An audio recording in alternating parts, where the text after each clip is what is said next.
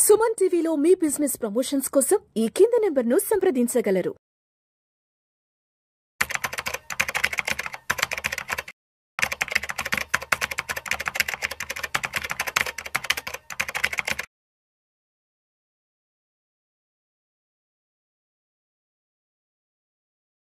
నమస్తే గిరిబాబు గారు. నమస్తే అండి సార్, క్లయింట్స్ విషయంలో చూస్తే నా దగ్గరకు వచ్చే వాళ్ళందరూ, అఫ్ కోర్స్ నాకు తెలిసి ప్రతి ఒక్క ఎంఎఫ్డి దగ్గరికి వెళ్ళే వాళ్ళందరూ ఏజ్ గ్రూప్ కూడా యావరేజ్గా 40 అబౌనే ఉంటుంది. అంతే, ముందు రారు.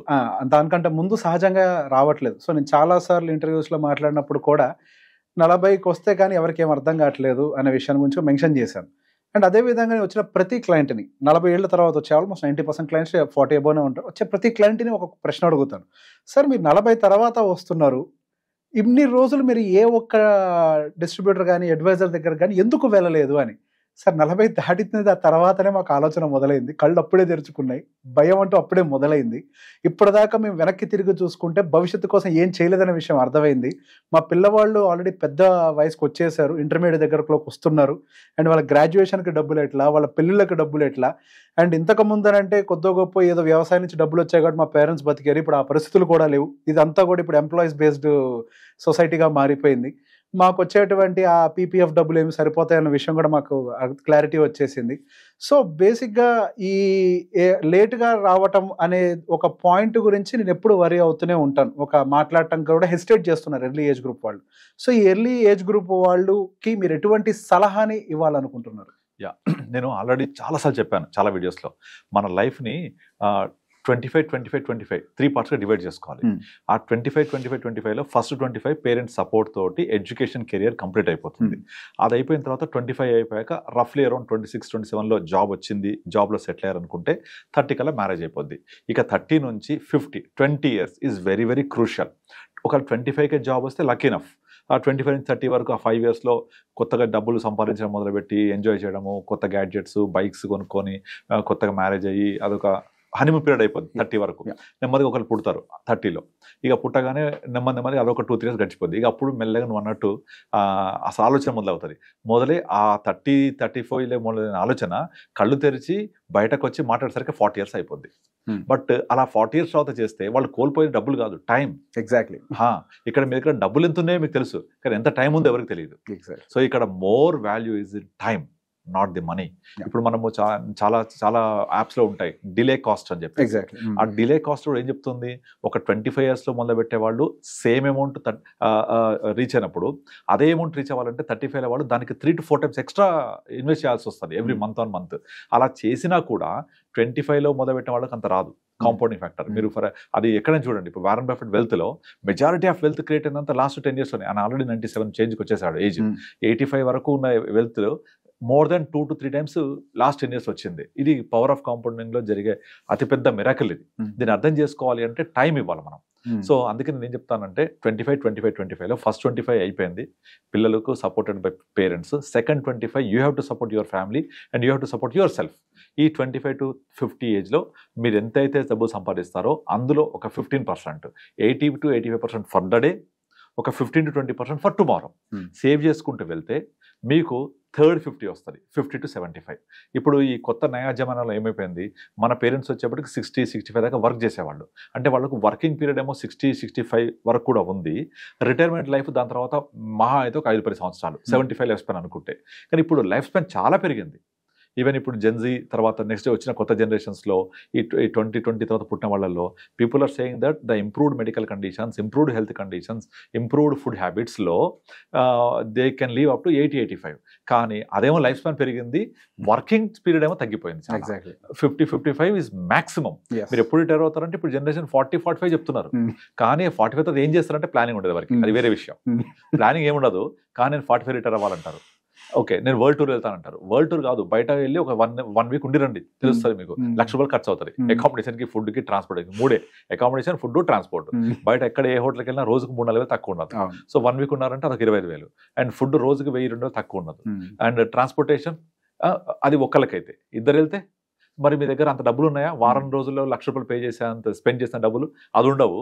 కానీ 45 రిటైర్ అవుతాను, నాకు 45 వరల్డ్ టూర్ చేస్తా, ఇంకో పని చేస్తా అని ప్లానింగ్ ఉంటుంది. బట్ ప్లానింగ్ సంబంధించిన యాక్షన్ ఒకటి కూడా ఉండదు. ఓకే, సో అట్లా కాకుండా ప్రాపర్గా ప్లానింగ్ చేసుకొని ఆ కళ్ళు తెరిచేది ఏదో 40లో తెరవకుండా 30లో కళ్ళు తెరిస్తే 10 సంవత్సరాల బిగ్గెస్ట్ పీరియడ్ దొరుకుతుంది వాళ్ళకు. అప్పుడు దాన్ని ఆ వచ్చే శాలరీలో నుంచి 85%, 80% ఫర్దర్ డే ఖర్చు పెట్టుకొని 20% సేవ్ చేసుకుంటూ వెళ్తే 50 నుంచి 80 ఇయర్స్ వరకు, అంటే మరో 30 years, which is the biggest life span and most expensive life span. అది ఎందుకు? మీకు మెడికల్ ఎక్స్పెన్సెస్ రావచ్చు, పిల్లల కెరియర్లో సెటిల్ అవ్వకపోతే మనం చూసుకోవాలి, మన పేరెంట్స్ ఉంటే వాళ్ళని చూడాలి, తర్వాత హెల్త్ కండిషన్స్ గురించి మనకు ఎక్స్పెన్సెస్ పెరగవచ్చు, కొన్ని రెస్పాన్సిబిలిటీస్ పెరుగుతాయి, అండ్ మోస్ట్ ఎక్స్పెన్సివ్ జోన్ అది. ఆ ఎక్స్పెన్సివ్ జోన్లో డబ్బులు రెగ్యులర్ క్యాష్ ఫ్లో రావాలి. But unfortunately when people are getting retired at the age of 50, మీకు ఎక్స్పెన్సెస్ ఏమో షూటప్ అవుతున్నాయి, ఇన్కమ్స్ ఏమో ఆగిపోతున్నాయి. పాపం ఇన్కమ్ తెలియదు, నాకు ఎక్స్పెన్సెస్ పెరిగిపోతాయి ఎక్కడ నుంచి అని. అక్కడ డబుల్ ఇంపాక్ట్ అవుతుంది. దాన్ని ఎదుర్కోవాలి అంటే డెఫినెట్లీ ప్లానింగ్ చేసుకుంటూ ముందు నుంచే వెళ్ళాలి.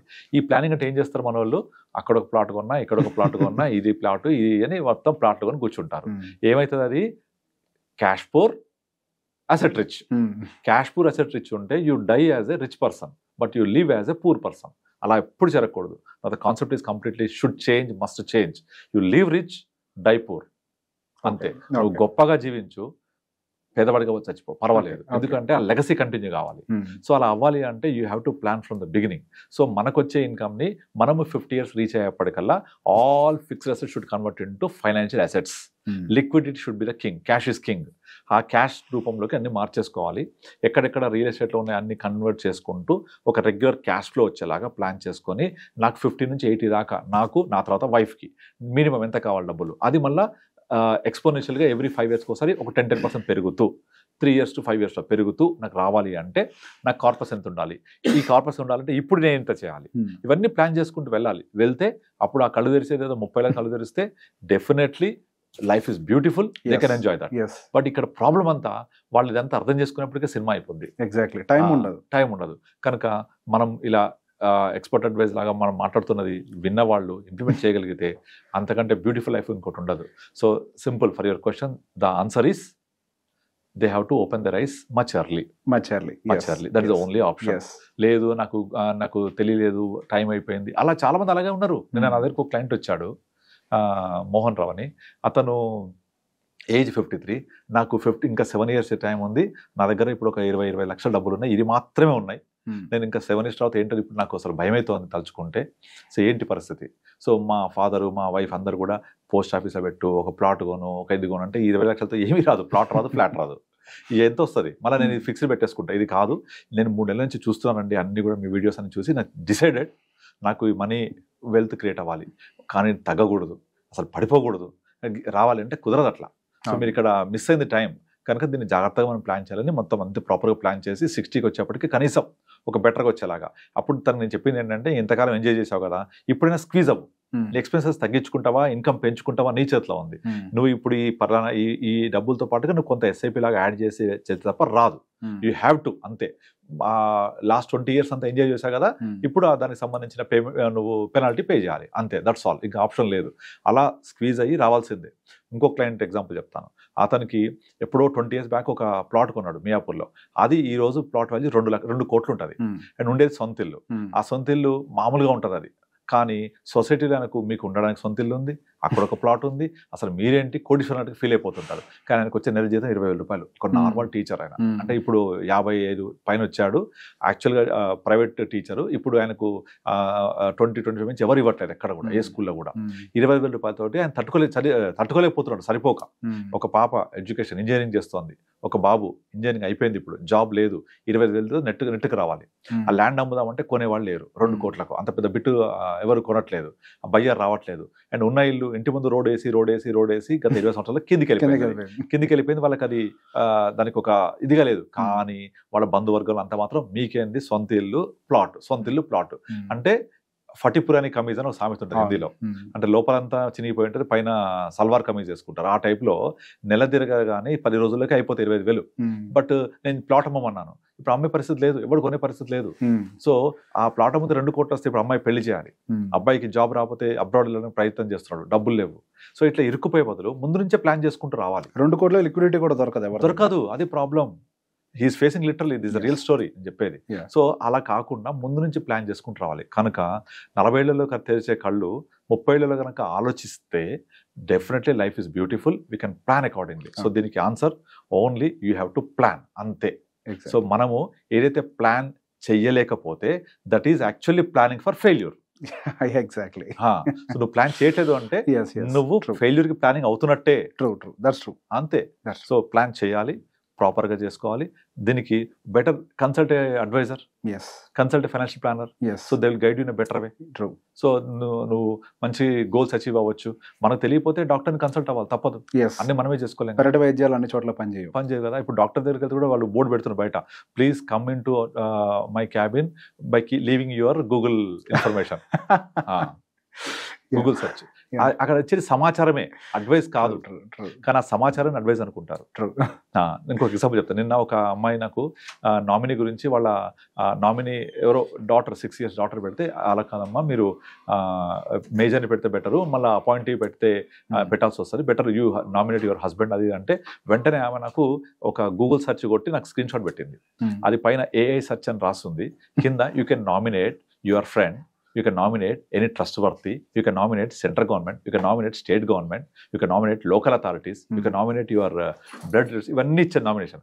ఇచ్చారు కదా, మా బేబీని పెడితే ఏంటి తప్పంటది. అసలు అక్కడ ఏఐ సెర్చ్ ఇచ్చింది ఇండియన్ పర్స్పెక్టివ్ కాదు, అది అబ్రాడ్ పర్స్పెక్టివ్. మన ఇండియాలో ట్రస్ట్ వర్తీ పర్సన్ నామినేట్ చేయొచ్చు అసలు లేదు. Who is trust worthy person అసలు ఆ టర్మే లేదు. లేదు. And you can nominate your friend, which is not possible. You can nominate state government, central government, that's a different story. Trust ni పెట్టొచ్చు nominee కింద, దానికి ఏదో బిల్లు రాసి వదిలేయాలి. కానీ ట్రస్ట్ వర్తీ పర్సన్ ఫ్రెండ్ పెట్టొచ్చు కదా, ఉంది కదా. ఇగో ఇది పరిస్థితి అని నేను చెప్పిన. నాకు కోపం వచ్చింది అసలు. అది కదా, మనం ఏ సెర్చ్ గూగుల్లో సెర్చ్ కొడితే, అది నువ్వు సెర్చ్ కొడుతుంది ఇండియన్ పర్స్పెక్టివ్ అని కొట్టావా, లేకపోతే అది ఇచ్చింది ఇన్ఫర్మేషన్, నువ్వు ఆ ఇన్ఫర్మేషన్ అడ్వైజ్ అనుకుంటున్నావు. సో నువ్వు ఎవరో ట్రస్ట్ వర్తీ అని మీ ఫ్రెండ్ ఏమైనా పెట్టేస్తే, రేపు పొద్దున నీకు ఈ డబ్బుల కోసం ఏమైనా చేస్తే, so where is I insurable interest ఉండదు కదా. అతను నీ మీద ఎందుకు రెస్పాన్సిబిలిటీ ఉంటుంది. కానీ అలా కాదు, better you put your husband or your father, mother, brother, sister, వీళ్ళకి రెస్పాన్సిబిలిటీ ఉంటుంది. This is what exactly. So ఆ ఏ సెర్చ్, గూగుల్ సెర్చ్ కొడితే ఇట్లాగే వస్తాయి ఆన్సర్లు. సో అది తీసుకొని వాళ్ళు ప్లాన్ చేసుకుంటా ఉంటారు. That is only information, not the advice. ఇప్పుడు చూడు, మనం ఎన్ని సిప్పులు క్యాన్సిల్ అవుతున్నాయి ఇవన్నీ చెప్తున్నారు కదా. నా క్లయింట్స్కి ఫోన్ చేసి అందరు సిప్పులు క్యాన్సిల్ చేస్తున్నట్టు మనం కూడా క్యాన్సిల్ చేద్దామా అని అడుగుతారు. అయ్యా బాబు, వాళ్ళందరూ తెలియక క్యాన్సిల్ చేస్తున్నారు. ఇప్పుడు ఇన్వెస్ట్ చేసే టైం ఇది, this is accumulation of units. అది విషయం మర్చిపోతున్నారు. యూనిట్స్ అక్యుములేషన్, ఇది ఇన్వెస్ట్మెంట్ గ్రోత్ కాదు. ఇది ఇలా అక్యుములేట్ చేసుకుంటూ పోతే రేపు పొద్దున పెరిగినప్పుడు డబ్బులు వస్తాయి. మంచి తర్వాత ఎప్పుడు, చెడు తర్వాత ఏమొస్తుంది, మంచి వస్తుంది. పడిన తర్వాత ఏమైంది, పెరుగుద్ది. ఇది అందరికీ తెలిసే విషయం. సో పడుతుంది కదా, తర్వాత ఏమైంది, పెరుగుద్ది కదా, కొనుక్కోవాలి. ఇప్పుడు కనుక ఒక బ్యాడ్ తర్వాత ఏమొస్తుంది, గుడ్ వస్తుంది. సో ఇప్పుడు బ్యాడ్ టైంలో is a good time for investment. But అందరూ క్యాన్సిల్ చేస్తున్న ఇప్పుడు మనము చేద్దామా, అందరూ ఆపేస్తానంటే మనం ఆపేద్దామా, వేరే ఎవరో ఓ పెద్ద ఆయన ఫండ్ మేనేజర్ మాట్లాడుతున్నాడు స్మాల్ క్యాప్ మిడ్ మనం ఆపేద్దామా. అరే వాళ్ళు చెప్పేదంతా సమాచారం, అది you understand the perspective what you want. So ఇప్పుడు బాగా వాల్యూస్ తక్కువ ఉన్నాయి, డబ్బులు ఉన్నాయి కదా దగ్గర, ఇన్వెస్ట్ చేయి. ఇప్పుడు wait for some time, it will get you. Market పెరగకపోదు, మనుషులు మార్కెట్లు ఎప్పుడు పైకే పోతాయి కదా, కానీ పడుతూ లేస్తూ పోతాయి. సో రిస్క్, వొలటాలిటీ, దీన్ని అర్థం చేసుకోవడం కూడా చాలా మంది మిస్టేక్ అవుతారు. రిస్క్ వేరు, వొలటాలిటీ వేరు. ఇది volatility, not the risk. Risk means మీ డబ్బులు పోవడం, మనిషి చచ్చిపోవడం, రోడ్డు మీద యాక్సిడెంట్ అయితే రిస్క్ జరిగిపోవడం, అవి రిస్క్. ఇది వొలటాలిటీ. ఇది more the volatility, hire the returns. Volatility లేకపోవడమే పెద్ద రిస్క్, నువ్వు రిస్క్ తీసుకోవడమే పెద్ద రిస్క్. సో మనం అర్థం చేసుకోవడం ఉంటుంది అన్ని కూడా. Right sir, thank you so much. Thank you అండి.